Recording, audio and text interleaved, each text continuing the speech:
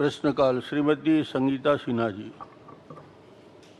माननीय अध्यक्ष महोदय जी, मंत्री जी के उत्तर में 2022-23 में प्रदेश में चना का रकबा 2,54,901 हेक्टेयर है अध्यक्ष महोदय जी, जबकि उड़द मूंग तुअर का रकबा मात्र 1,15,000 हेक्टेयर है।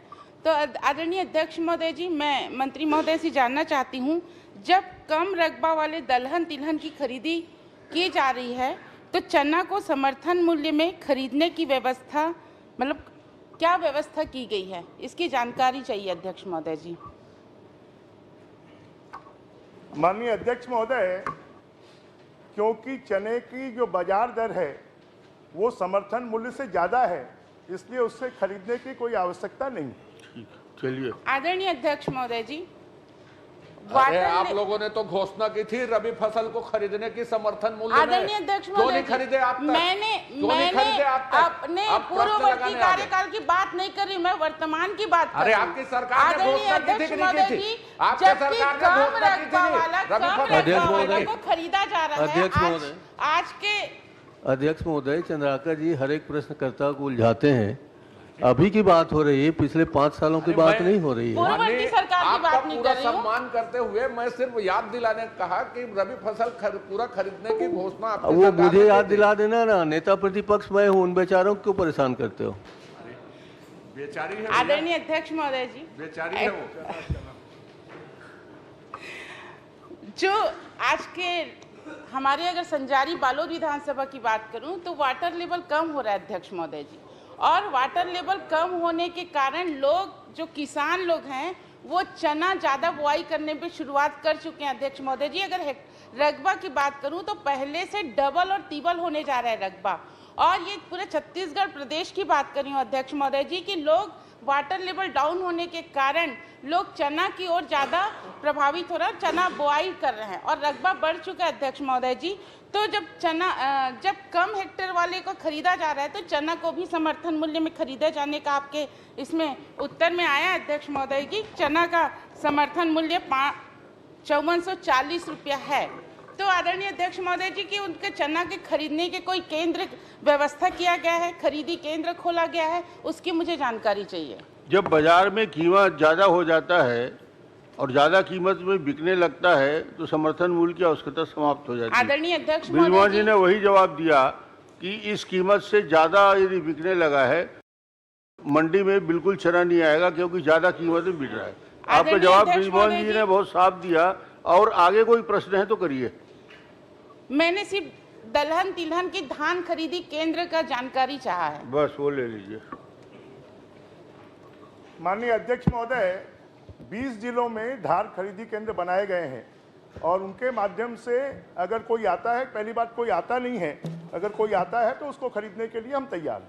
चलिए। आदरणीय अध्यक्ष महोदय जी,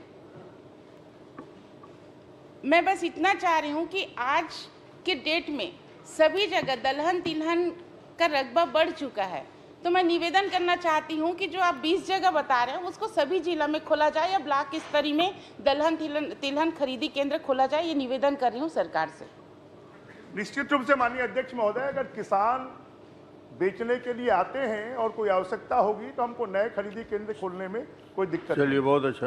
धन्यवाद अध्यक्ष महोदय।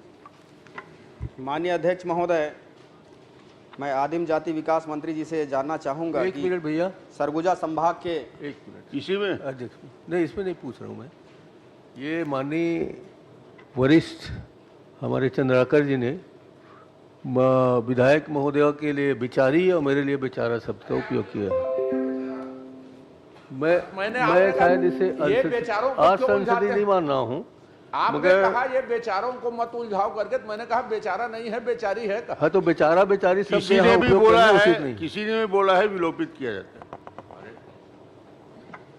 माननीय अध्यक्ष महोदय, मैंने आदिम जाति विकास मंत्री जी से यह जानना चाहूँगा कि सरगुजा संभाग में माझी समाज के जाति प्रमाण पत्र में मात्रात्मक त्रुटि के कारण उनकी जाति नहीं बन पा रही है, तो क्या इसमें किसी प्रकार का गाइडलाइंस जारी किया गया है या इसको किसी विभाग में भेजा गया है? माननीय अध्यक्ष महोदय, केंद्रीय जनजाति कार्य मंत्रालय को इस संबंध में पत्र भेजने की कार्रवाई हम कर रहे हैं। माननीय अध्यक्ष महोदय, क्योंकि ये कार्रवाई जल्द करने की ज़रूरत है, क्योंकि जिस समाज के बारे में मैं उल्लेख कर रहा हूँ इनकी परिस्थिति अति दयनीय है और इसका फ़ायदा उठाकर कुछ असामाजिक तत्व लोग, जैसे उनकी सामाजिक स्थिति ठीक नहीं होने के कारण से वो ज़मीन अपना विक्रय करते हैं, तो उनकी साक्षरता उस हिसाब से नहीं होने के कारण से यदि 1 एकड़ ज़मीन वो बेच रहा है तो उसके आगे शून्य लगाकर उसकी पूरी की पूरी ज़मीन हथियाने का काम, उन्हें बंधुआ मजदूर बनाने का काम तक किया जा रहा है और ये निरंतर इस जाति प्रमाण पत्र के लिए लड़ाई कर रहे हैं। तो इसलिए अति गंभीर विषय है, इसको जल्दी से इस त्रुटि को सुधारने के लिए प्रक्रिया किया जाए। और एक सवाल जो कि मैं जनसंपर्क के दौरान एक 10 साल के बच्चे ने हमसे किया था, मैं उस सवाल को सदन के सामने रखना चाहूँगा और चाहूँगा कि मंत्री जी भी इस सवाल पर गौर करें। मैंने उस बच्चे को पूछा कि स्कूल जथस कि नहीं, तो उसका जवाब ये था अध्यक्ष महोदय कि हमार तो जाति प्रमाण पत्र बने नहीं तो मैं स्कूल जाके क्या करूँ। तो ये 10 साल के बच्चा जो कि एक समाज का एक नई पीढ़ी है, उसमें यदि ऐसी भावनाएं फैल रही है सिर्फ एक जाति प्रमाण पत्र कार्ड, जबकि जो सौता और सौता दोनों एक ही जाति के लोग हैं, सामाजिक परिस्थिति दोनों की खराब है, तो इसको जल्दी से सुधारा जाना चाहिए। और इस सवाल का जवाब मैं चाहूँगा वो 10 साल के बच्चे का मंत्री जी जवाब देंगे। धन्यवाद। माननीय अध्यक्ष महोदय,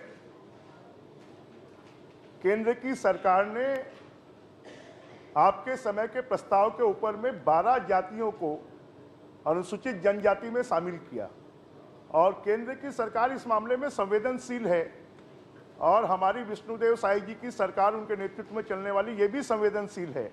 हमने सरकार में आते ही इसकी प्रक्रिया शुरू कर दी है और जल्द ही इस संबंध में पूरा प्रस्ताव हम केंद्र सरकार को भेज देंगे। और स्वाभाविक है, माननीय जो विधायक जी का दर्द है वो स्वाभाविक है कि एक मात्रात्मक गलती के कारण, क्योंकि अंग्रेजी में माझी है और हिंदी में मांझी है और उसके कारण उनको ये आरक्षण का लाभ नहीं मिल रहा है। हमारी कोशिश होगी कि जल्द से जल्द इसको सुधारा चलिए, जा सके। ठीक। श्री प्रमोद, धन्यवाद अध्यक्ष महोदय। आप बोलिए। सर, छत्तीसगढ़ में ऐसी कई जातियां हैं माननीय मंत्री जी, माननीय मंत्री जी, कई जातियां हैं जो मात्रात्मक त्रुटि के कारण उनको ना एसटी का ना एससी का प्रमाण पत्र नहीं मिल रहा है। तो ऐसी सभी जातियों के त्रुटियों को सुधार के लिए आपकी ओर से पहल किया जाए, एक प्रस्ताव भेजा जाए केंद्र सरकार को, ये मेरा आपसे निवेदन है। निश्चित रूप से नेता प्रतिपक्ष जी की जो चिंता है वो हम सब की भी चिंता है और आप क्योंकि केंद्र में मंत्री भी रहे हैं, आप इस बात को अच्छी तरह जानते हैं कि इसकी प्रक्रिया क्या है। तब प्रतिपक्ष जी को तो लिंग परिवर्तन में आपत्ति, विलोपित करवा दी है। बेचारा को बेचारी करवाया, सिर्फ लिंग परिवर्तन हुआ उसमें आपत्ति ले दी। प्रमोद मीन जी, ठीक हो गया जवाब। तो इसलिए माननीय अध्यक्ष जी, जो नेता प्रतिपक्ष की चिंता हम सबकी चिंता है और हमारी कोशिश होगी कि जल्द से जल्द मात्रात्मक त्रुटि के कारण जिनको लाभ नहीं मिल रहा है उनको भी लाभ मिले और इसके लिए हमारी सरकार पूरी तरह वचनबद्ध है हो तो भिजवा और इस दें। काम को हम करेंगे। कोई सूची हो तो आप भिजवा दें। मैं बिल्कुल भिजवा दूंगा सर। बस, ठीक। इसी सदन ने मेरी जाति को आदिवासी में सम्मिलित करने के लिए भेजा है, उसको भी देख लीजिएगा। प्रमोद मीन जी। इंद्र साव। माननीय अध्यक्ष महोदय, मेरे प्रश्न के जवाब में माननीय मंत्री जी ने भाटापारा विधानसभा के कॉलोनी के संबंध में मेरा प्रश्न था, जिसमें रेरा के अंतर्गत मात्र 3 कॉलोनी पंजीकृत बताई गई है और बाकी जो जानकारी है वो निरंक बताई गई। माननीय अध्यक्ष महोदय, मैं माननीय मंत्री महोदय से जानना चाहता हूँ कि रेरा का गठन नवंबर 2017 में हुआ था, तब से लेकर अब तक बलौदा बाजार भाटापारा जिला अंतर्गत भाटापारा विधानसभा में कितने कॉलोनियों का रेरा में पंजीयन हुआ और कॉलोनियों के नाम, स्थान कृपया बताने की कृपा करेंगे। माननीय अध्यक्ष महोदय, माननीय सदस्य ने अपने प्रश्न में वर्ष 2021 से 2023 तक के निजी कॉलोनियों को पंजीकरण के संदर्भ में उन्होंने पूछा है और 21, 22 और 23 का जवाब हम लोगों ने दिया है और इनको पिछले समय की अगर जानकारी चाहिए तो अलग से हम उसको आपको उपलब्ध करा देंगे सूची। माननीय अध्यक्ष महोदय, मेरे प्रश्न में इसका संशोधन भी नहीं आया है और जानकारी नवंबर 2017 से मांगी गई है इसमें। और भाटापारा विधानसभा में अवैध प्लाटिंग और अवैध कॉलोनी का निर्माण बहुत भारी पैमाने पर चल रहा है और इसमें यह किसानों का भी मुद्दा है इसमें कि बहुत से कॉलोनाइजर अवैध प्लाटिंग करके बाउंड्री वाल खड़ा कर दे रहे हैं और किसानों के लिए रास्ता नहीं मिलने से वो औने पौने दाम पर अपनी भूमि को बेच रहे हैं। ये बहुत ही गंभीर विषय है और इस पर मैं चाहता हूं कि ऐसे कॉलोनाइजर और बिल्डर पर कार्रवाई होनी चाहिए। माननीय अध्यक्ष महोदय, जैसा कि मैंने पहले भी बताया कि 21 प्रश्न में ही 2021 से 23 तक का मंगे हैं, उसकी जानकारी दिया गया है और इस बीच में अभी तक किसी भी प्रकार की अवैध कॉलोनी निर्माण के संदर्भ में कोई विभाग को अभी तक शिकायत प्राप्त नहीं हुई है। यदि सदस्य को विशेष रूप से ऐसी कोई शिकायत है तो आप अलग से उसको बता देंगे, उसको दिखवा लिया जाएगा। चलिए, संपत अग्रवाल जी। माननीय अध्यक्ष महोदय, मेरा तो प्रश्न वित्त मंत्री जी से था। माननीय अध्यक्ष महोदय, मेरे द्वारा पूछे गए प्रश्न का उत्तर आया है, उसी से संबंधित मैं आपके माध्यम से माननीय मंत्री जी से ये जानना चाहता हूं कि वर्ष 2021-22 व 22-23 और 23-24 के दौरान कुल कर्ज जो लिया गया था वह राज्य की जीडीपी का कितने प्रतिशत था? आप देंगे जो।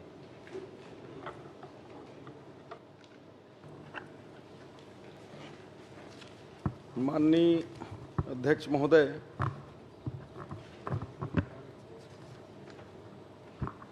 माननीय सदस्य ने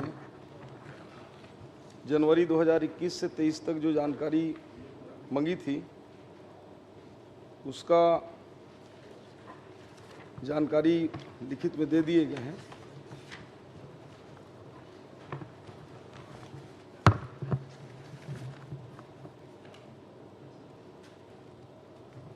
और टोटल जो ऋण है उसमें जीडीपी का प्रतिशत अलग से इनको उपलब्ध करा देंगे माननीय अध्यक्ष महोदय। माननीय अध्यक्ष महोदय, मैं माननीय मंत्री जी से जानना चाहता हूं कि किसी भी वित्तीय वर्ष में राज्य द्वारा अपनी जीडीपी का कितने प्रतिशत भाग के बराबर कर्ज लिया जा सकता है? क्या अधिकतम कर्ज लिए जाने की कोई तय सीमा है?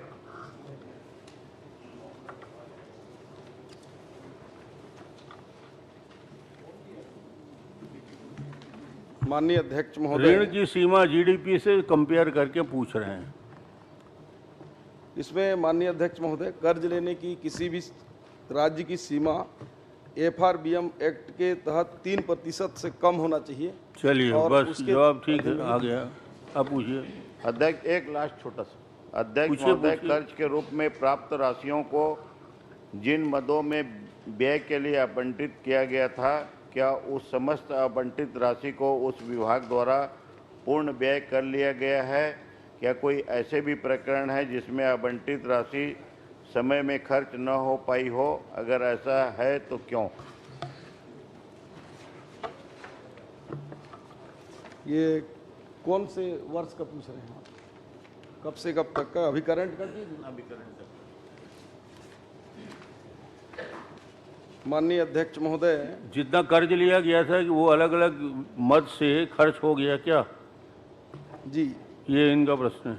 ये माननीय थोड़ा अध्यक्ष डिटेल महोदय, प्रश्न है, काफ़ी व्यापक प्रश्न है, इसकी जानकारी उपलब्ध करा देंगे तो अच्छा होगा। ठीक है, इसकी जानकारी उपलब्ध करा देंगे। ठीक है। वैसे जो खर्च नहीं होता वो सरकारी खजाने में जमा हो जाता है। धन्यवाद अध्यक्ष। चलिए, बहुत अच्छा। विद्यावती सितार।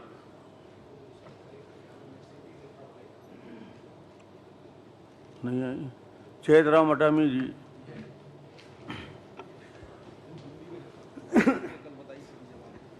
मेरा प्रश्न आदिम जाति विकास मंत्री से है। माननीय अध्यक्ष महोदय, वित्तीय वर्ष 2021 से दिनांक तक कलेक्टर आदिवासी विकास सहायक आयुक्त जिला तेवा दक्षिण बस्तर दंतेवाड़ा तथा एकीकृत आदिवासी विकास परियोजना दंतेवाड़ा द्वारा किस किस मद से क्या क्या कार्यों हेतु कितनी कितनी राशि व्यय की गई है, वर्षवार मदवार कार्यवार जानकारी उपलब्ध कराएं। प्रश्नांक का के कार्यालयों को डीएमएफ टी मद से भी व्यय हेतु राशि प्राप्त हुई है, यदि तो प्राप्त राशि को किस किस प्रयोजन हेतु कितना कितना कब कब क्या व्यय किया गया है, वर्षवार कार्यवार जानकारी उपलब्ध करावे। ठीक है, प्रश्न कर लिए, जवाब सुनिए। अध्यक्ष महोदय, नहीं, प्रश्न बाद में फिर करेंगे, अभी जवाब सुन लीजिए।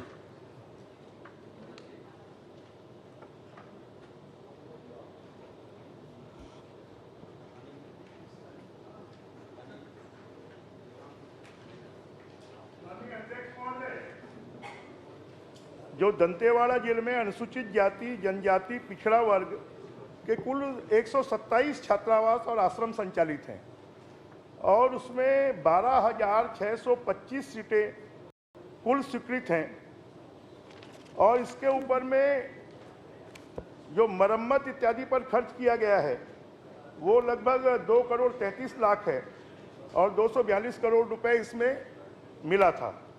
कुल खर्च जो है टोटल वो 34 करोड़ 73 लाख रुपए इन छात्रावासों के निर्माण में, बच्चों के परवरिश में और वहाँ के मरम्मत में कुल 34 करोड़ 73 लाख रुपए खर्च किया गया।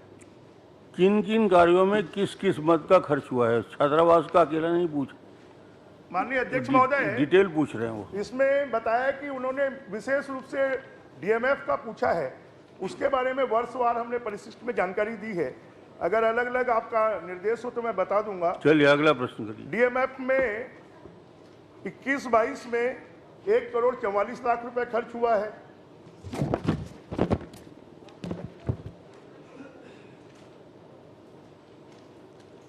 इक्कीस 22 में ही अन्य मदों में 15 करोड़ 60 लाख रुपए खर्च हुआ है। 22-23 में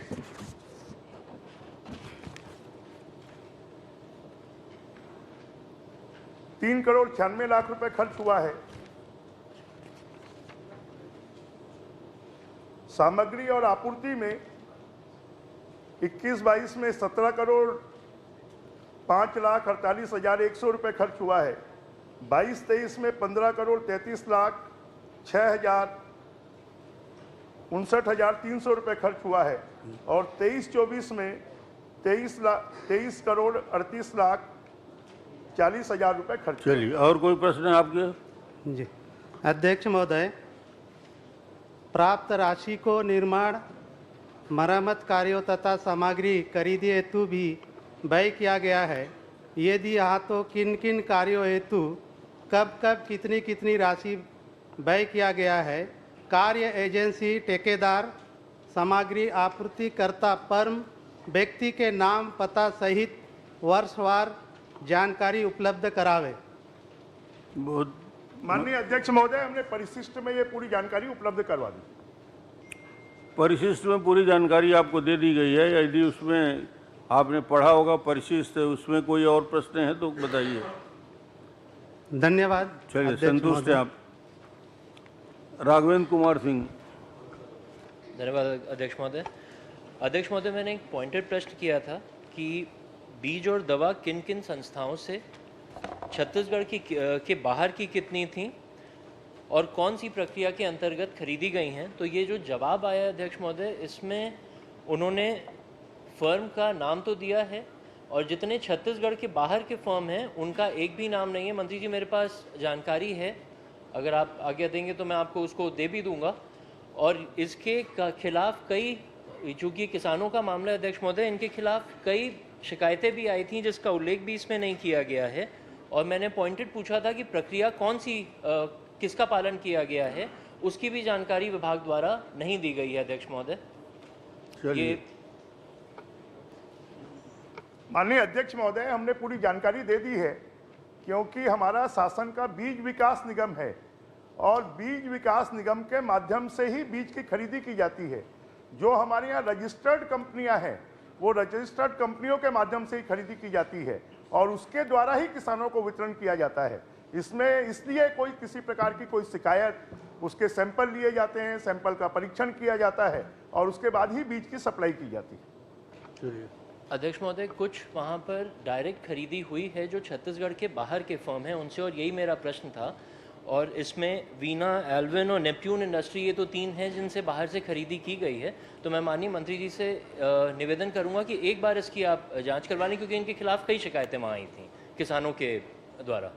माननीय अध्यक्ष महोदय, क्योंकि किसानों को सीधी किसी भी कंपनी के द्वारा सप्लाई नहीं किया जाता, किसानों को जो बीज की सप्लाई की जाती है वो कृषि विकास, हमारे बीज विकास निगम के द्वारा की जाती है। इसलिए इसमें किसी भी प्रकार की कोई गड़बड़ या जांच की आवश्यकता ही नहीं है। अगर किसी किसान को खराब बीज भी जाता है और 60% से कम जर्मिनेशन होता है तो बीज का जितना पैसा है वो कृषि विकास निगम के द्वारा उसको वापस किया जाता है। अध्यक्ष महोदय, मैं माननीय मंत्री जी के ध्यान में लाना चाहता हूँ, विष्णुदेव जी की छाया है, विष्णुदेव जी की सरकार है, इसमें तो जांच पर जांच हो रहे हैं।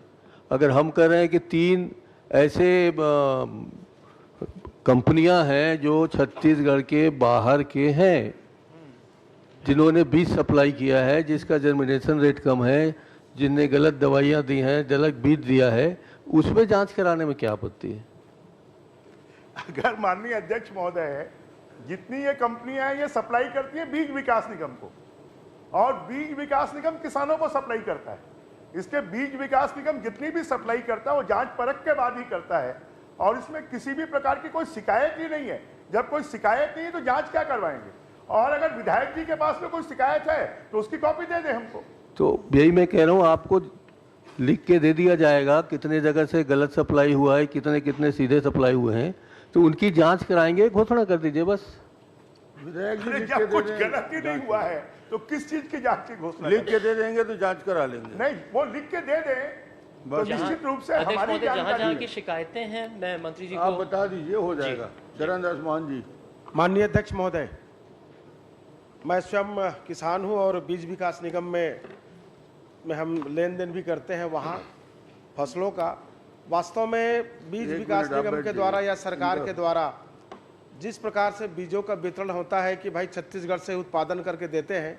एक बार डीएमएफ मद से हमारे हजारों किसान को पायोनियर कंपनी का मक्के का सप्लाई हुआ था और वह मक्का कहीं पे कोई जर्मिनेशन नहीं हुआ, हमारा खाद भी गया और सरकार का जो बीज का जो काम था वो बेकार हुआ। आप कोई प्रश्न करना है तो प्रश्न करिए ना। प्रश्न एक ही है कि भाई पायोनियर कंपनी का हम किसानों को मक्का दिया गया था।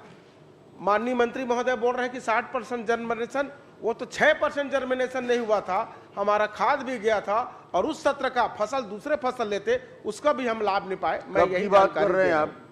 कब की बात कर रहे हैं? कौन सा वर्ष का? ये 3 वर्ष पहले की बात है। ये आप लिख के दे दीजिए 3 वर्ष पहले। सरकार किसी के रहे, किसान तो भाई हमको नहीं, तो ठीक है, तकलीफ हुआ ठीक है है। ना। आप लोग खाली एक ही प्रश्न करते किसकी सरकार थी। सरकार कोई भी रहे, अगर गलत हुआ है तो गलत। आप इधर मत देखिए, सीधी सी बात है, किसान के नाते इस बात को बोल रहा हूँ। आप आराम से बैठ जाइए मंत्री जी, मत करो, विष्णुदेव सरकार लिख के जवाब। ठीक है ना भाई, लेकिन पहले आपकी पार्टी की सरकार थी, मतलब आप नहीं सुनते थे। अरे ऐसी बात नहीं है भैया, चलिए हमारी समस्याओं का आपसे समाधान मैं होना चाहिए, सहमत किसानों हूँ। के प्रति अन्याय नहीं होना चाहिए। ठीक है, आपसे सहमत हूँ। माननीय अध्यक्ष महोदय, इस भारतीय जनता पार्टी की सरकार में किसानों के साथ कोई अन्याय नहीं होगा। बस हम चलिए। 2100 रुपए में धान खरीद रहे हैं, हम 2100 रुपए 21 क्विंटल खरीद रहे हैं, 2100 रुपए में दे रहे हैं। 2100। इन्होंने 2 साल बोनस की घोषणा की, इन्होंने 2 साल का बोनस नहीं दिया, वो भी हमने उनके खाते में पहुंचा दिया। ये पहली सरकार है, ये 5 साल में अपने वादों को पूरा नहीं कर पाए, उन वादों को हम पूरा कर रहे हैं और उसके बाद में बड़ी बड़ी बात कर रहे हैं। चलिए, आदरणीय अध्यक्ष महोदय भारतीय जी, जनता जो पार्टी की पूर्ववर्ती सरकार के जो समर्थन मूल्य की राशि है क्या उसको देंगे आप? 14 किस्त बचा है क्या उसको आप पहले देंगे? आदरणीय अध्यक्ष पूर्ववर्ती महोदय, सरकार की 14 राशि कृषि मंत्री जी, आप 4 किस्त में देते थे, हम 1 किस्त में दे देंगे और जल्दी दे देंगे। माननीय कृषि मंत्री जी, समय के उसको अनुसार दे कृषि दीजिए, मंत्री 14 जी, किस्त बताए, उसको राशि डालिए। नेताजी खड़े हैं, 18 का बोनस देने की बात थी। नेताजी खड़े हैं, आप लोग इतना भी नहीं समझ पाते। नहीं, नेता प्रतिपक्ष खड़े हों तो दूसरे को बैठ जाना चाहिए, इतना तो नए विधायकों को समझ। माननीय वरिष्ठ मंत्री जी, अभी आपने कहा, आदरणीय बृजमोहन भैया जी बोलिए सर। अभी आपने कहा भारतीय जनता पार्टी की सरकार है, आपके पहले कहा विष्णुदेव की सरकार है। सरकार किसकी चल रही है बता दें, फिर प्रश्न पूछा जाए। ये मोदी जी की भी है, ये विष्णु मोदी जी की गारंटी वाली सरकार, जनता पार्टी की भी है, ये कमल फूल की भी सरकार कमल है, फूल की और ये जनता की सरकार है, और ये आपकी भी सरकार है। ठीक है। हम दास मोहन जी अपना प्रश्न करें। हाँ, मैं आने वाले शब्दों में, दिनों में, समय में इस तरह के भाषा का उपयोग करूंगा तो नाराज मत होइएगा, ये कह रहा था। अध्यक्ष महोदय, मेरा प्रश्न है, जो फ्लाई एश उत्सर्जन होता है वो हमारे दिल, दिमाग, शरीर, पानी, वातावरण सबको अशुद्ध करता है। तो इतना ज़्यादा छत्तीसगढ़ में उत्सर्जन होने लगा है, उसकी जानकारी मैं चाहता था कि उद्योगों ने कहाँ कहाँ किस किस कार्य के लिए, जैसे इनने परिशिष्ट में दिया है सीमेंट उत्पादन में उपयोग होता है, ईंट बनाने में उपयोग होता है, और भराव में या कहीं पटक देने में, फेंक देने में भी उपयोग होता है। तो ये जो जानकारी उद्योगों से आपको प्राप्त हुई है, माननीय मंत्री जी बताने की कृपा करें कि क्या आपने अपनी ओर से इसका सत्यापन कराया है कि जो इंडस्ट्री वालों ने दिया है उसको मान लिया है? माननीय अध्यक्ष महोदय, उद्योग अपने जानकारी देते हैं और समय समय पर विभाग उनका सत्यापन कराती है, और ये विभाग ये देखकर सुनिश्चित करती है कि उन कंपनियों द्वारा जो जानकारी दिया जा रहा है उन स्थानों पर उस राखड़ का उपयोग किया जा रहा है या नहीं किया जा रहा है। वैसे भी आप भी राखड़ प्रभावित क्षेत्र से रहते हैं और हम भी उससे लगे हैं। चलिए हम मान लेते हैं कि हम दोनों एक ही क्षेत्र के हैं। कोरबा तो जाते होंगे आप। कोरबा में एक मानिकपुर ओपन कास्ट है और उसको भरने की अनुमति एसीसीएल ने दिया है। ओपन कास्ट या कहीं भी ऐश डालने के लिए, ऐश डालने के बाद उसमें 2 फीट की मिट्टी डाली जाती है। ये कोरबा क्षेत्र में कहीं भी मिट्टी नहीं डाली जा रही है और इसका जो राख है वो उड़ उड़ के आम जनमानस को तकलीफ दे रहा है। तो ऐसे जो कार्य हो रहे हैं उसके लिए आप क्या करेंगे? माननीय अध्यक्ष महोदय, इस प्रकार की जो माननीय नेता प्रतिपक्ष जी बता रहे हैं, जो भी संयंत्र नियम को पूरा नहीं करते हैं तो हम उस पर कार्यवाही भी करते हैं। माननीय अध्यक्ष महोदय, हमने 2021 से लेकर अभी तक 169 ऐसे प्रकरणों में कार्यवाही किया है जिन्होंने उस नियम शर्तों का उल्लंघन किया है और उनसे 2,74,16,000 रुपये का पेनाल्टी भी ली है। माननीय अध्यक्ष महोदय, अगर इस प्रकार की कोई स्थान हो जहां पे नियम का पालन नहीं हो रहा हो तो आप उसको बताइए, निश्चित रूप से विभाग उसको दिखवाएगा। ठीक है, मैं आपको कह रहा हूँ ये आपका परिशिष्ट है, आपके पास है? आपके परिशिष्ट आपके पास है क्या? तो इसमें 1 से लेकर 23-24 तक तो सब रायपुर के 27, 1 से 27 तक जितने भी रायपुर के इस तरह के खदानें हैं जो ऐश का उत्पादन करती हैं, उनने पूरा अपना लगभग उत्पादन का अधिकतम हिस्सा सीमेंट और ईंट बनाने में किया है। ठीक है, मगर कोरबा चलिए आप, कोरबा में एनटीपीसी जमनीपाली, राज्य स्टेट जनरेशन कोरबा, श्यामा प्रसाद मुखर्जी ताप विद्युत गृह कोरबा, Bharat aluminium company Balco, Amarkantak power limited Korba, ACB India Korba, ACB India Korba, Bharat aluminium company Korba, Maruti clean coal power limited, messrs spectrum coal and power, ये तो कोरबा के हो गए। उसी तरह रायगढ़ के Jindal steel plant, Salasar sponge park, Rukmani power, messrs MG energy, Jindal power, JSW steel, और जिंदल स्टील, इन्होंने लगभग अपना जितना होता है उसका आधा से ज़्यादा हिस्सा खदान भराव और रोड के आजू बाजू में फेंकने का कार्य किया है, जिसके कारण रायगढ़ और कोरबा ये दोनों क्षेत्र में जनजीवन बिल्कुल अस्त व्यस्त हो चुके हैं। वहाँ के लोग बीमार पड़ रहे हैं। आपको पता है कि कितनी खतरनाक है, जो पानी पे भी असर करता है, हवा पे भी असर करता है, आदमी के शरीर को भी असर करता है। तो इन जगहों से जहाँ से आपको ये जानकारी मिली है, आप उसकी जांच कराएंगे पुनः? माननीय अध्यक्ष महोदय, अभी तक इस प्रकार की कोई शिकायत विभाग के पास अभी नहीं आई है, और जो भी शिकायत आते हैं उस पर हम जांच कराते हैं। आपका ये कहना ठीक है कि सड़कों के किनारे जो हैं, गर्मियों में हवा से, धूल से पर्यावरण प्रदूषित होता है, आम जनजीवन को मुश्किल होता है।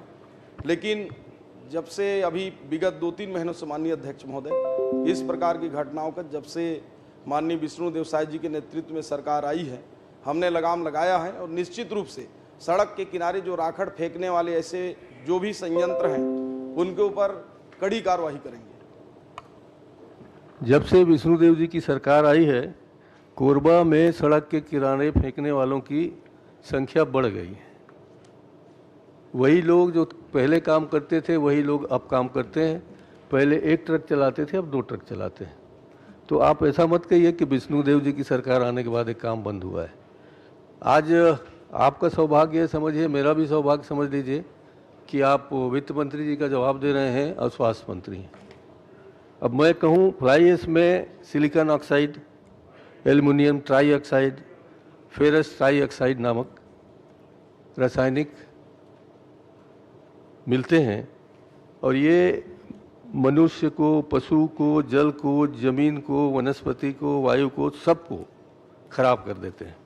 और सर, सबसे, आप तो डॉक्टर ही हैं माननीय अध्यक्ष महोदय, ये प्रतिरोधक क्षमता भी सांस लेने से, नाक के द्वारा जब ये इनके कण घुस जाते हैं तो ये शरीर के प्रतिरोधक क्षमता को भी घटाते हैं, और प्रतिरोधक क्षमता घटने के बाद दिल की बीमारी भी होती है, हार्ट अटैक भी होता है, कैंसर भी होता है, सांस की कई तरह की बीमारियां होती हैं, और अंततः मृत्यु भी हो जाती है। तो इतना खतरनाक है। आप हेल्थ मिनिस्टर के नाते समझ लीजिए, उत्तर देते समय वित्त मंत्री के नाते समझ लीजिए, इतने कठिन कठिन रासायनिक विवरण, मतलब रासायनिक पदार्थों का किस तरह से भारत में, हमारे छत्तीसगढ़ में लोग यहाँ वहाँ सब जगह परेशान हो रहे हैं, इसको देखते हुए इसमें गंभीरता से कार्रवाई करेंगे क्या?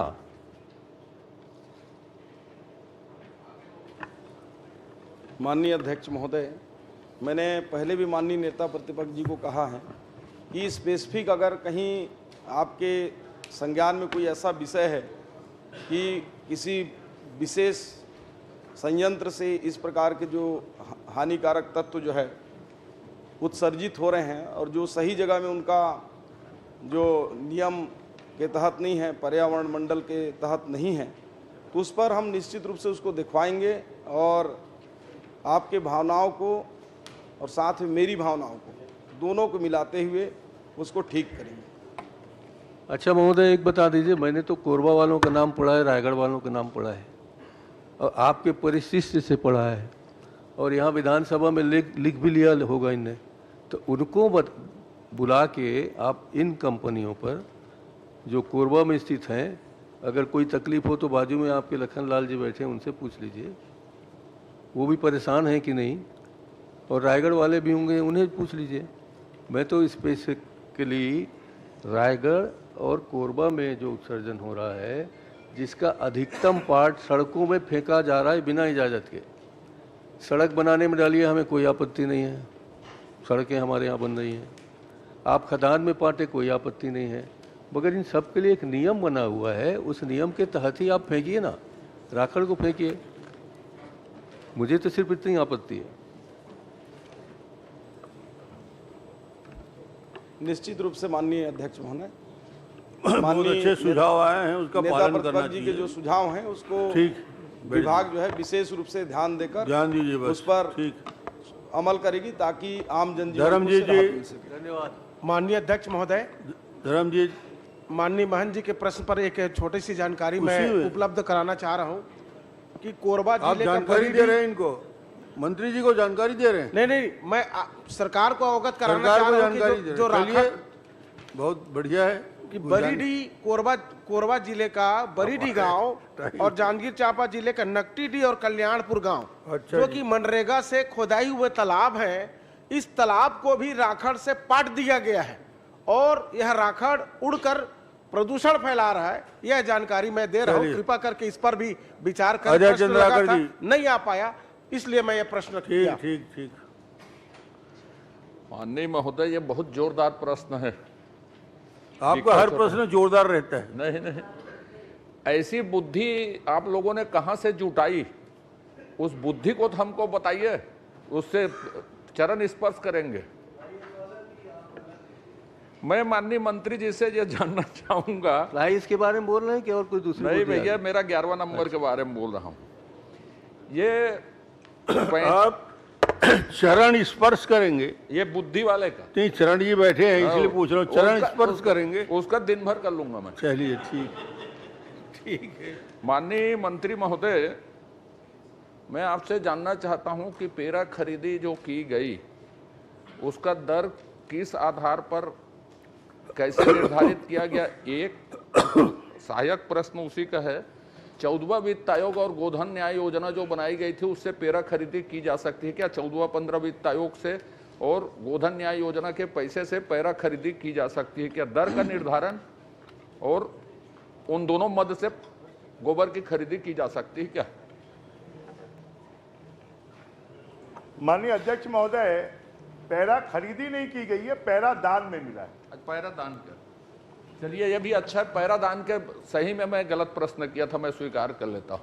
पैरा दान के परिवहन में आप 14-15वां वित्त आयोग या गोधन न्याय योजना के राशि का इस्तेमाल कर सकते हैं क्या? उसके योजना में है क्या?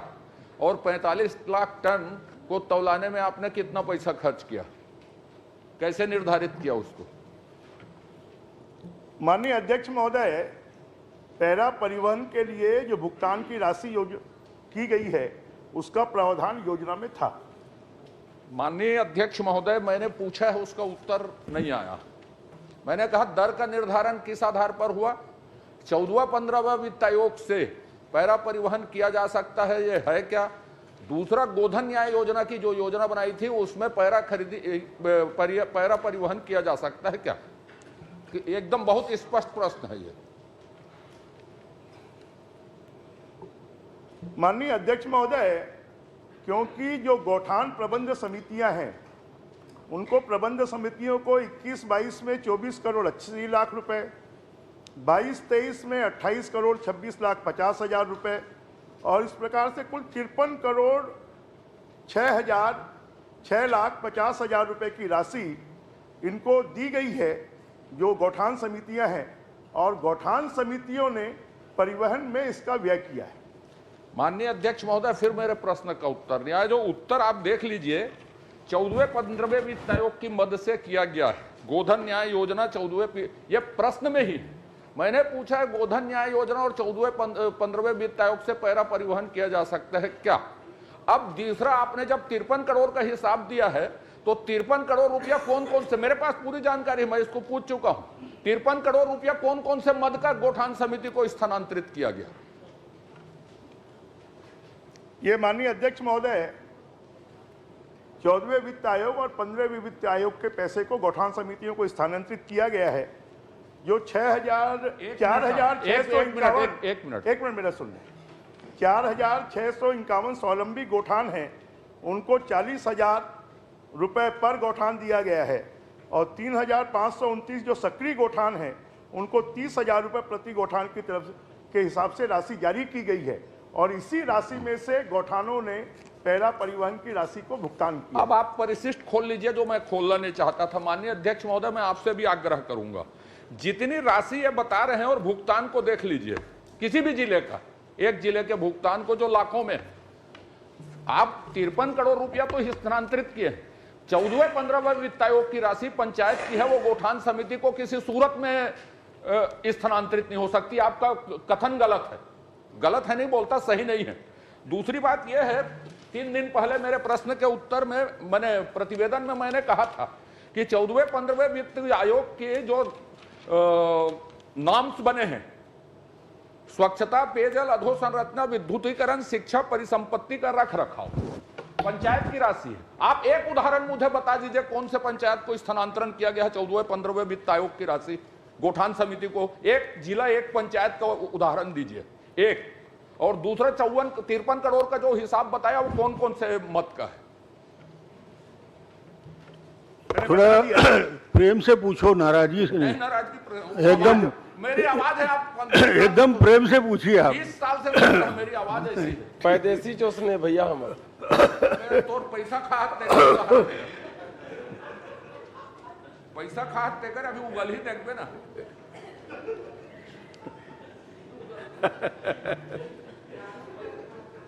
माननीय अध्यक्ष महोदय, मैंने बताया कि 14वें और 15वें वित्त आयोग की जो राशि है उसमें से इसको गौठानों को राशि मेरा उत्तर नहीं आ रहा है माननीय अध्यक्ष महोदय। 14वें 15वें वित्त आयोग की एक पंचायत बता दीजिए, एक जगह बता दीजिए कि इस पंचायत या इस जिले से इतनी राशि गोठान समिति को स्थानांतरित की गई। जो आपने कहा गोठान समिति को स्थानांतरित की गई 14वें 15वें वित्त, एक उदाहरण बता दीजिए कौन से जिले में किस प्रक्रिया के तहत उसको स्थानांतरित की गई, फिर मैं दूसरा प्रश्न पूछूंगा।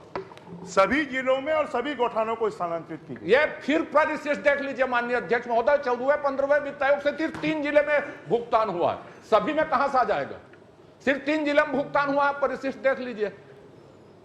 तो माननीय मंत्री जी कह रहे हैं, अभी कहे कि सभी जिलों में 14वें 15वें वित्त आयोग से भुगतान हुआ है, बाकी जगह गोधन न्याय से भुगतान हुआ है। तो आप जब 3 जिले में भुगतान हुआ तो आपने कैसे कह दिया कि सभी जिलों में? ऐसा नहीं है। 14वें 15वें वित्त आयोग की राशि में रखरखाव का एक मद है और दूसरा जो मूल अनुदान का अनाबद्ध राशि है उसमें से 10% राशि जो है व्यय में और संचालन में खर्च की जा सकती है और उस राशि में से इन्होंने पेमेंट किया। माननीय अध्यक्ष महोदय, अब मैं विषय में आपको बता दूं, 14वें 15वें वित्त आयोग की राशि से पैरा परिवहन नहीं किया जा सकता, न रख रखाव की वो पंचायत की परिसंपत्तियों का रख रखाव कर सकते, पैरा परिवहन रख रखाव नहीं है। और 3 जिले में हुआ है, माननीय मंत्री जी ने कहा कि सभी जिलों में ये राशि दी गई है करके, आपके सामने ही आप परिशिष्ट देख लीजिए। अब दूसरी जो महत्वपूर्ण बात है, पिछले उत्तर में इन्होंने मुझे जवाब दिया था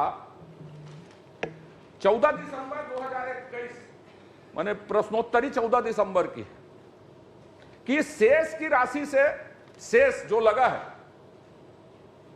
गोठान शेष जो लगाया था उसकी राशि से पैरा परिवहन किया गया। अभी 14वें वित्त आयोग और गोधन न्याय योजना, अभी मुझे बताया नहीं कि गोधन न्याय योजना से क्या पैरा परिवहन किया जा सकता है, इसका उत्तर नहीं दिया। क्या 53 करोड़ रुपया जो स्थानांतरित किया आपने, वो कौन कौन से मत थे ये बता दीजिए जो गोठान समितियों को दिए। इस मद की राशि गोठान समिति को दी गई जो आपने उल्लेख किया। मैंने बताया ना कि जो 10% राशि अनाबद्ध राशि है वो 10% वित्त आयोग का बताया, उसके 10% राशि से किया गया नहीं। और दूसरा 1.86 लाख 67,000 रुपए 14वें 15वें वित्त आयोग से और मूलभूत की निधि से 90 लाख रुपए ये भी पेमेंट किया गया। नहीं अध्यक्ष महोदय, वो तो 3 जिला है मात्र, आपने सब जिला कह दिया था। मैं शुरू से पूछ रहा हूं गोधन न्याय योजना की स्कीम में पैरा परिवहन किया जा सकता है क्या? एक, और जो आपने 28 करोड़ और 24 करोड़ गोठान समिति को स्थानांतरित किया जिससे पैरा परिवहन हुआ, वो 24 करोड़ और 28 करोड़ कौन कौन से मत के थे? यही तो भ्रष्टाचार है असली, जब बताएंगे तो। माननीय 14वें और 15वें वित्त आयोग की राशि में 10% पैसा इस काम में खर्च करने की अनुमति है और उसी राशि से ये पैसा खर्च किया गया है। गोधन न्याय योजना के मद से 53 करोड़ 50 लाख रुपए दिया गया है जो मजदूरी और परिवहन व्यय में खर्च किया गया। और आपने शेष से गोबर ये परिवहन नहीं किया, शेष की राशि से पैरा परिवहन किया है कि नहीं किया, ये बता दीजिए मुझको। ये मैं जानकारी प्राप्त करके आपको बता दूंगा। मैं माननीय अध्यक्ष महोदय, मैं तो आपके सामने प्रमाण दे रहा हूं कि 14 दिसंबर अध्यक्ष जी ये प्रश्न कथक पहले चली जो रुको तो तुम्हारे हमेशा गोबर भरे, जब देखे गोबर गोबर गोबर। चलो दीजिए। माननीय अध्यक्ष महोदय, राम कुमार जी आप बैठिए। नहीं, माननीय अध्यक्ष महोदय, मुझे अलग से जानकारी नहीं चाहिए, यदि मुझे सदन में चाहिए जानकारी। यदि आप अधिकारी बैठे हैं। नहीं संतुष्ट नहीं है तो दूसरे विकल्प भी नहीं, होते हैं प्रश्नकाल नहीं, में। ये व्यवस्था- यदि संतुष्ट नहीं है तो चर्चा भी ले सकते हैं। सर, आप 4 दिन का समय है, यदि आप चर्चा स्वीकृत करेंगे तो मैं चर्चा कर दूंगा, लेकिन मैं प्रमाण दे रहा हूं कि शेष की राशि 14 दिसंबर 21 के प्रश्न में 15 करोड़ रुपए राशि, शेष की राशि इन्होंने उन्नयन बोर्ड जो बनाए हैं उसको स्थानांतरित की, उसने गोठान समिति को स्थानांतरित की कि ये पैरा ढुलाई के लिए है करके। शेष की राशि 14वें-15वें वित्त की राशि, फिर गोधन न्याय योजना की राशि जो गोबर खरीदी के लिए है, पैरा परिवहन के लिए नहीं है। तो ये शेष की राशि का उपयोग किया गया है, मैं प्रमाण दे रहा हूं, टेबल कर दूंगा, मेरे पास उसके परिशिष्ट है। अब इसमें आप व्यवस्था दे दीजिए आधे घंटे की चर्चा की, माननीय मंत्री जी जांच करवाएंगे उसकी।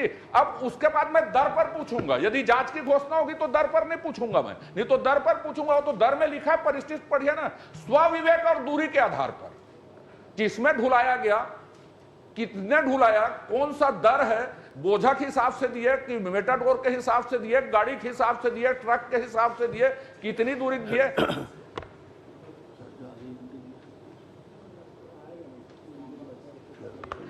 चलिए नहीं, पहले एक का जाए, मैंने पूछा है। माननीय अध्यक्ष महोदय, जो उनके पास में पूर्व की जानकारी है, निश्चित रूप से गोधन न्याय योजना में पैसे ट्रांसफर किए गए और हमने जो खर्च किया है वो सरकार ने जो खर्च किया वो गोधन न्याय योजना से खर्च किया है, इसलिए उनके पास से पूर्व की जानकारी वो भी सही है। हमने जो गोधन न्याय योजना में पैसे आए और उस गोधन न्याय योजना से इसको खर्च किया है। और जो परिवहन का रेट पूछ रहे हैं कि ट्रैक्टर और जो छोटी गाड़ियां थी उससे परिवहन किया गया, 285 रुपए से 1000 रुपए तक का परिवहन का व्यय उसमें दिया। अभी मैं उसको नहीं पूछा हूं। माननीय अध्यक्ष महोदय, बहुत क्लियर कट है कि मैं प्रमाण दे रहा हूं कि शेष की राशि का मैंने बताया कि पैरा ढुलाई के लिए उपयोग हुआ है, जिसको इसमें छिपाया गया। मैं अभी टेबल कर सकता हूं उस प्रमाण को, आप अनुमति देंगे तो। मैं ये कह रहा हूं कि पैरा ढुलाई में दूरी के आधार पर आप जो 250, 285 से 1000 बता रहे हैं, एक जिला आपने भुगतान किया होगा 14वें-15वें वित्त आयोग से, कोई भी एक जिला पकड़ लीजिए, उसमें जांच करवा दीजिए यदि पैरा आप प्रश्न कर लीजिए ना। अरे साहब, मैं आप सीधे प्रश्न कर रहा हूं माननीय अध्यक्ष महोदय, इसकी जांच करवाएंगे। बस विधानसभा को गुमराह किया जा रहा है। ब्रिजमोहन जी जांच कराएंगे क्या? निश्चित रूप से माननीय अध्यक्ष महोदय, विधायकों की समिति से। चलिए, बहुत वरिष्ठ विधायक पूर्व मंत्री जी इस में भ्रष्टाचार की बात कर रहे हैं कि गड़बड़ हुआ है, कुल मिला के उनका ये प्रश्न है, तो उन्होंने जांच की मांग की। निश्चित रूप से हम वरिष्ठ अधिकारियों की समिति से विधायकों की समिति जांच करवा लेंगे।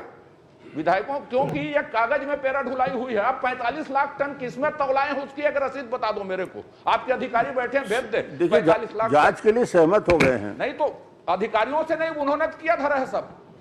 मैं तो विधायक की समिति या प्रश्न संदर्भ समिति से मांग कर रहा हूँ। जब का अधिकारी मान एक मिनट बैठ जाते हैं, राम कुमार जी, एक मिनट बैठ जाते हैं। राम कुमार जी, ये प्रश्नकाल में नहीं खड़े होते। माननीय अध्यक्ष महोदय, आपने जांच की बात कही, मैं उससे विनम्रता पूर्वक आपको धन्यवाद देता हूं, लेकिन आप पैरादान हुआ ही नहीं है। दूसरी बात कह रहा हूं मैं, 53 करोड़ रुपए कागज में बुक हुए हैं, ये मेरा आरोप है। और ये जिन लोगों ने किया है, आज ठीक है विभाग बदल गए हूं, लेकिन आप विधायकों की समिति से करवाइए ना इसकी जांच। अधिकारियों से जांच में कोई वो तो हेरा फेरी हो जाएगी पूरी, या प्रश्न संदर्भ समिति से जांच करवाने की। माननीय अध्यक्ष महोदय, अगर आपकी सहमति होगी तो प्रश्न संदर्भ समिति से जांच करा। धन्यवाद अध्यक्ष महोदय। सुश्री लता उसेंडी जी।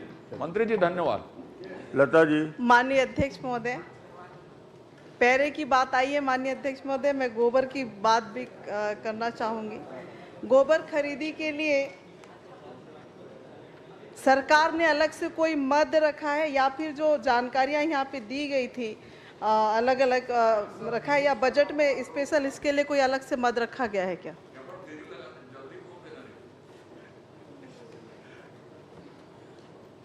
माननीय अध्यक्ष महोदय, जो गौठान समिति है उसके माध्यम से ही गोबर खरीदी का मद रखा गया है।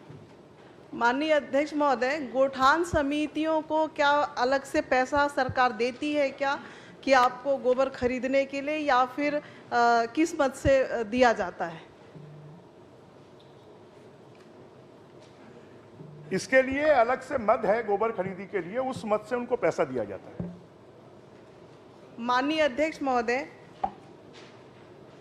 इसमें एक जानकारी दिया गया है कि 30,000 तक का भुगतान किसी भी हितग्राहियों को नहीं किया गया है और हितग्राही के द्वारा स्वीकार किया जाता है कि हमारे पास जितनी मवेशी है उसके आधार पे हम उतना गोबर उत्पादन गोबर नहीं है हमारे पास।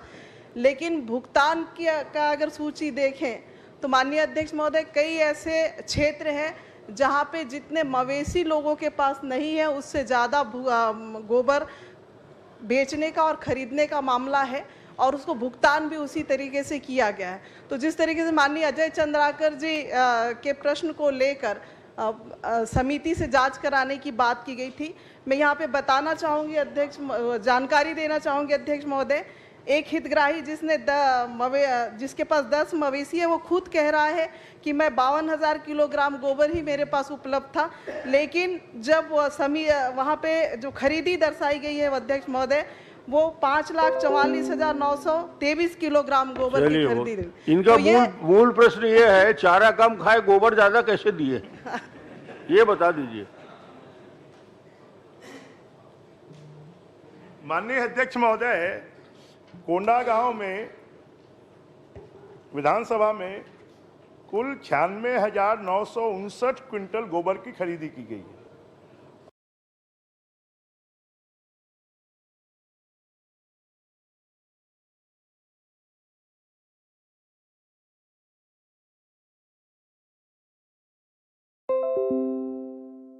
और उस गोबर खरीदी के अगेंस्ट में 21-22 में 20-21 में 60 लाख रुपए, 21-22 में 57,62,000 रुपए और 22-23 में 75 लाख, इस प्रकार कुछ कुल 1,93,00,000 रुपए का भुगतान हुआ है। वही तो प्रश्न है माननीय अध्यक्ष महोदय, जिस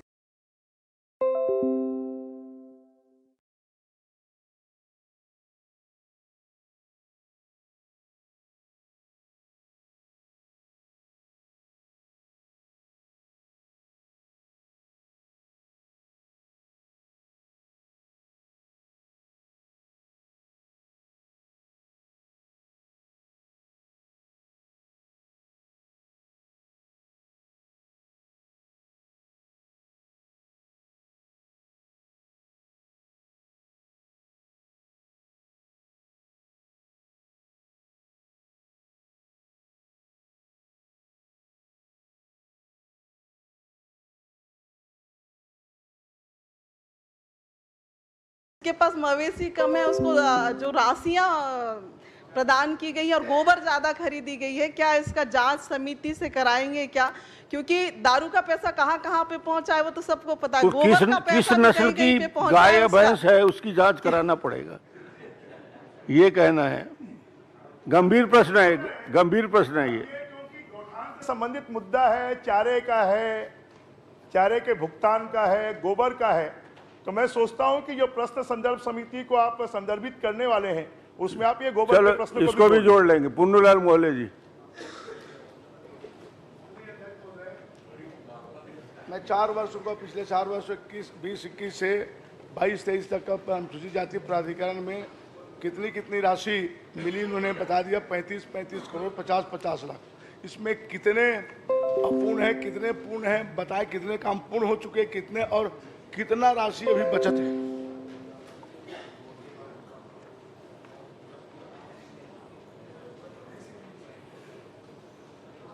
माननीय अध्यक्ष महोदय, इसकी पूरी सूची हमने दे दी है, ये बहुत लंबी सूची है, ये हमने उपलब्ध करवा दी। नहीं, राशि की बात है, पूर्ण का मुझे लिस्ट मिल चुका है पुस्तकालय के माध्यम से। राशि कितना अभी बचत है ये बता दें। माननीय अध्यक्ष महोदय, 21-22 में स्वीकृत राशि 35 करोड़ 50 लाख थी। स्वीकृत कार्य 727 थे, पूर्ण कार्य 653 है, अपूर्ण कार्य 74 हैं और अपूर्ण कार्य का प्रतिशत 10% है। 22-23 में भी 35 करोड़ 50 लाख रुपए दिए गए, 705 काम दिए गए, 509 पूर्ण है और 196 अपूर्ण है। 23-24 में 35 करोड़ 50 लाख दिए गए, 634 काम दिए गए, उसमें 102 काम पूर्ण है और 379 काम अपूर्ण है। नहीं,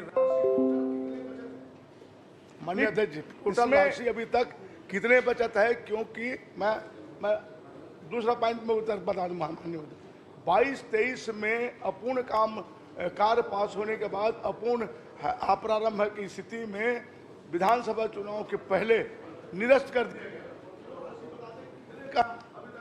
के प्राधिकरण में बकाया है, जिसे पास करना बाकी। प्राधिकरण में भी 5 करोड़ रुपए की राशि बकाया है।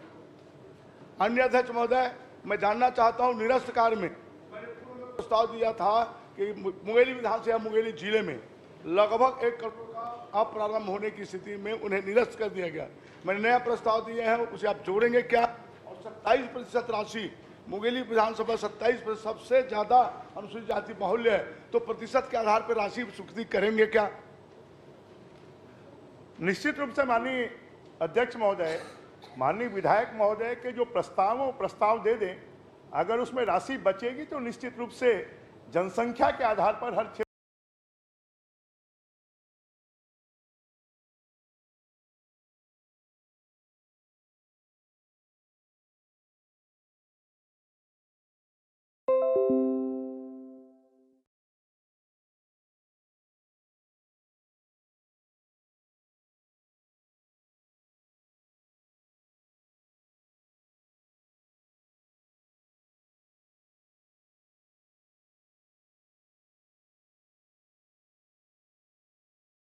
किया जाता है और इसमें अपना कोई राजस्व नुकसान नहीं होता है जो फर्म सिलेंडर ऐसे कर देते हैं, क्योंकि इसकी सीमा अब 40 लाख रुपए तक 2019 से कर दी गई है। पहले 20 लाख था, तो जनरली जो 40 लाख तक उसका टर्नओवर नहीं होता है तो उसका टैक्स पेड करने का प्रश्न ही उत्पन्न नहीं होता, इसलिए कोई नुकसान नहीं होता। माननीय अध्यक्ष महोदय, पंजीयत फर्म के लिए आयकर पैन होना अनिवार्य होता है। आयकर विभाग में आप बताते हैं घरेलू कर्ज के हिसाब से बिक्री कर मुनाफा कमाते हैं, इसी मुनाफे के आधार पर उसे जमा करना, उसे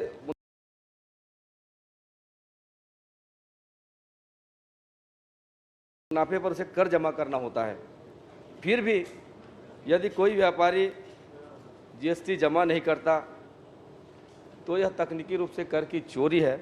मैं आपके माध्यम से जानना चाहूँगा, इसे रोकने का कोई उपाय सरकार द्वारा कर चोरी रोकने का कोई उपाय कर रहे हैं क्या? द्वारा किया गया है क्या?